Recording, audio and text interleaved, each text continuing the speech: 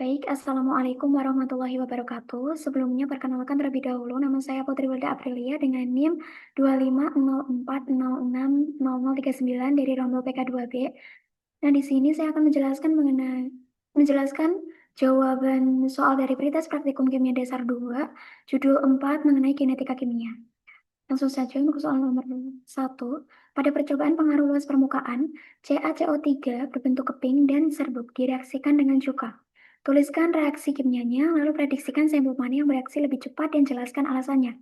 Jadi di sini tuh ada dua sampel. Yang pertama CaCO3 yang berbentuk keping sama CaCO3 yang berbentuk serbuk. Keduanya direaksikan dengan cuka. Untuk reaksi kimianya, itu terjadi CaCO3 aqueous ditambah CH3 COOH aqueous menghasilkan CH3 COO 2 kali aqueous ditambah CO2 gas ditambah H2O liquid. Sebelumnya reaksinya itu disetarakan terlebih dahulu. Untuk Ca di sisi kiri ada 1, Ca di sisi kanan ada 1, jadi sudah setara. Lalu ke O. O-nya di H dulu. Hanya ada 3 ditambah 1 jadinya 4. Belum ada 2 ya. 4 di sisi kiri. Di sisi kanan ada 3 dikali 2 berarti 6. 6 tambah 2, 8. Di sisi kanan ada 8 hanya. Di sisi kiri ada 4. Jadi agar sama 8 diberi 2. Angka 2 di depan. Udah angka 2-nya. Lalu kita ke C. C-nya di sisi kiri ada 1, 2, 3, 4. Bentar. 1 tambah 4. Ini kan ada 2C dikali 2 berarti 4. 4 tambah 1, 5. Lalu di sisi kanan ada 2 tambah 2 juga. Jadinya 4 ditambah 1. Jadinya 5. Udah setara. Lalu untuk O-nya. O-nya di sisi kiri ada 3. 3 ditambah 4. Karena ini ada 2 dikali 2 jadinya 4. Jadinya 4 ditambah 3, 7. Di sisi kanan ada O-nya itu 4 ditambah 2 jadi 6, tambah 1 jadi 7, udah setara. Lalu ditanyakan itu sampel mana nih yang bereaksi lebih cepat. Berdasarkan hal tersebut, sampel yang bereaksi lebih cepat itu serbuk CaCO3 yang ditambah dengan cuka. Kenapa?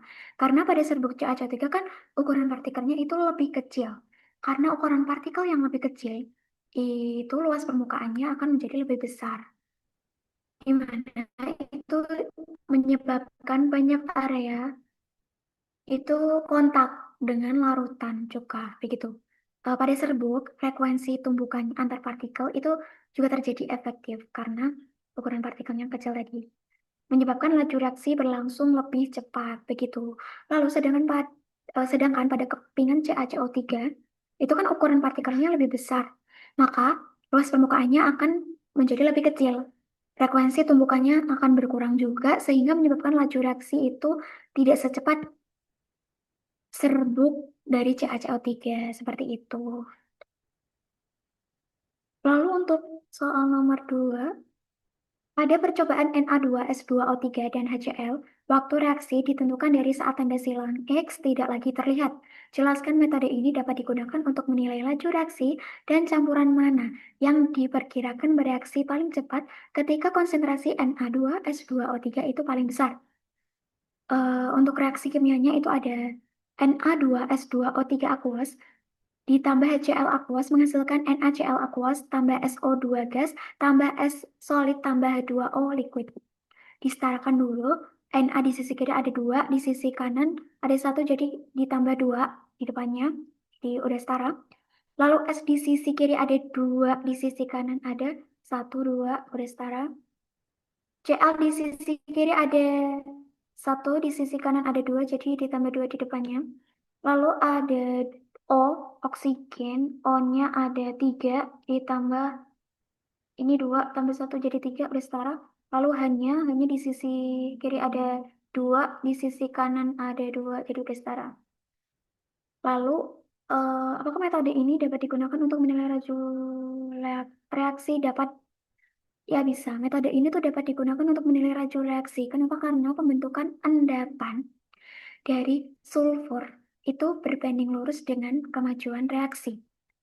Jadi, semakin sulfur itu cepat terbentuk ya, itu larutan akan semakin cepat keruh. Karena larutan itu semakin cepat keruh, maka tanda X yang ada di bawah biasanya Aromayer itu di bawahnya itu akan cepat menghilang atau tidak terlihat. Maka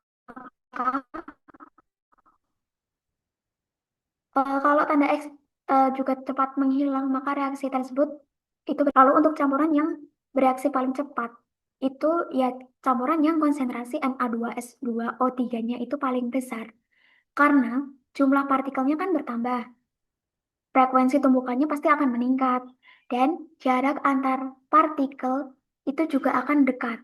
Hal ini berdasarkan teori tumbukan ya, yang menyebabkan reaksinya itu berlangsung lebih cepat. Sulf- Sulfurnya kan cepat terbentuk, tanda X-nya juga cepat akan hilang, maka reaksinya itu berlangsung lebih cepat, begitu. Untuk nomor 3, pada percobaan pengaruh suhu, campuran reaksi dilakukan pada suhu kamar dan pada suhu lebih tinggi. Prediksikan hasilnya itu dapat mempengaruhi laju reaksi. Ya, prediksi hasilnya itu reaksi pada suhu tinggi itu akan lebih cepat berlangsung. Kan teori tumbukan. Saat suhu itu dinaikkan, maka energi kinetik dari partikel itu akan meningkat. Energi kinetik partikel meningkat, maka partikel itu akan bergerak lebih cepat. Sehingga energi tumbukannya itu lebih besar, yang menjadikan tumbukannya itu efektif. Karena tumbukan efektif, maka laju reaksinya juga akan berlangsung lebih cepat. Begitu.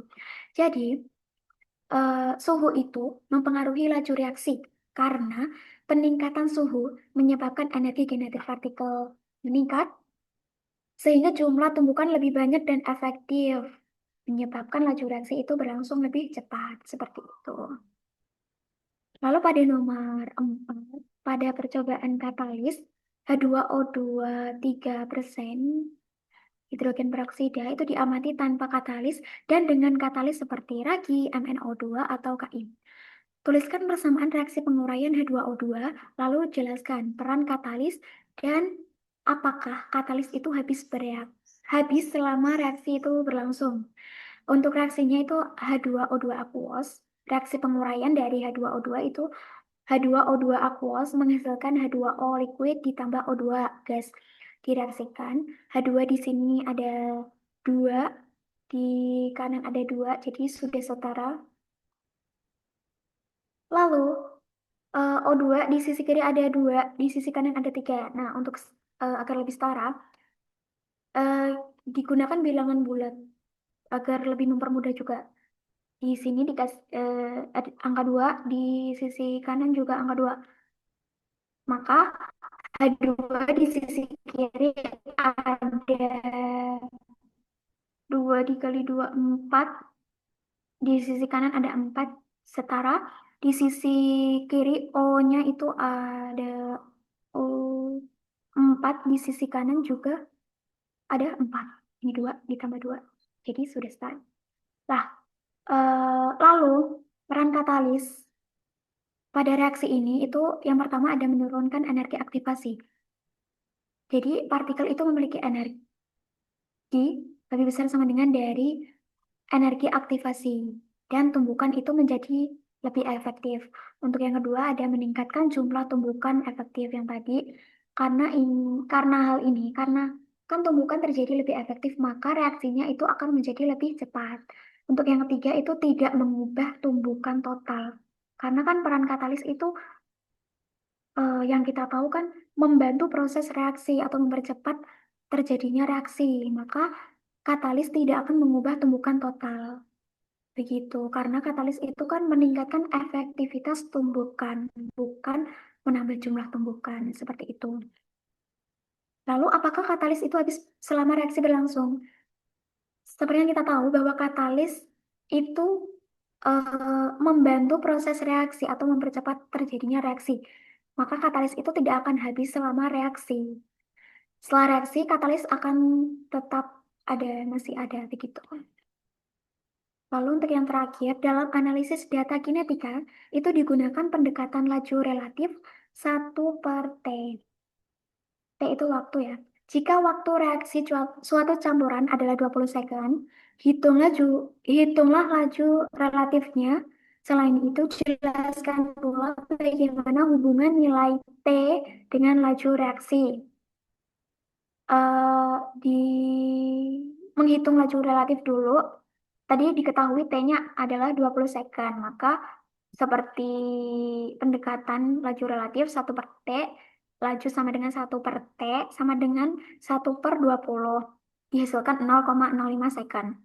Lalu bagaimana sih hubungan nilai T itu dengan laju reaksi? Nah, hubungannya itu, kalau seumpama waktunya itu lebih kecil, maka reaksi yang berlangsung itu akan lebih cepat, begitu. Kalau waktunya itu lebih besar, maka reaksinya itu akan lebih lambat. Untuk yang waktu kecil tadi kan reaksinya itu menjadi lebih cepat, maka lajunya akan semakin besar, dapat dilihat pada ini laju relatifnya. Ini kan 20 second nih. Beda halnya kalau dengan 10 second, maka lajunya akan semakin besar kalau seumpama waktunya itu lebih kecil begitu. Ini kan didapat 0,05 second begitu. Jadi untuk hubungan nilai T dengan laju reaksi, jika semakin kecil waktunya atau semakin pendek waktunya, maka reaksinya itu akan berlangsung lebih cepat, yang dimana lajunya akan menjadi lebih besar. Kalau seumpama waktunya itu agak lebih panjang, maka reaksinya itu akan lebih lambat begitu dengan lajunya itu kecil seperti itu. Baik, itu pembahasan dari saya. Kurang lebihnya mohon maaf. Saya cukupkan. Wassalamualaikum warahmatullahi wabarakatuh. Terima kasih.